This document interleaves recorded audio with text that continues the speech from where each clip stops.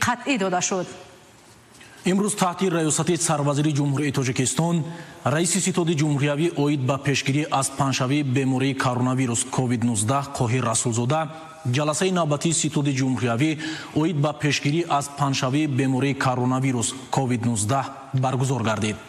در جلسه تاکید گردید که طبق معلومات وزارت تندرستی و حفظ اجتماعی اهالی جمهوری توچیکستان 29 اپریل سال 2020 15 حادثه تصدیق شده بیماری سیرویاتی کرونا ویروس کووید 19 از جمله در ولایت سوخت 10 حادثه و در شهر دوشنبه 5 حادثه از نمونه های بیولوژی حادثه های گمانبر به قید گرفته شده است.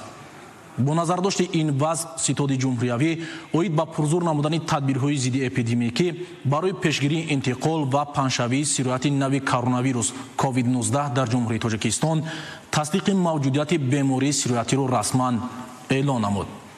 تاکید کردن به مورد است که شروع از 1 فوریه تا 30 اپریل سال 2020 در قلمرو جمهوری توچیکستان با مقصد معین و اشکارسازی سیرویات کرونا ویروس 10937 نفر شهروندان داخلی و خارجی به کرانتین فرا گرفته شدند که از این شماره تا امروز 8438 نفر در حالت معتدل و سالم به خانه جواب داده شدند. همزمان عین حال در مؤسسه های طبابتی و پروفیلاکتیکی جمهوری زیاده از 2000 نفر تحت معاینه و نظارت طبیبان قرار دارند.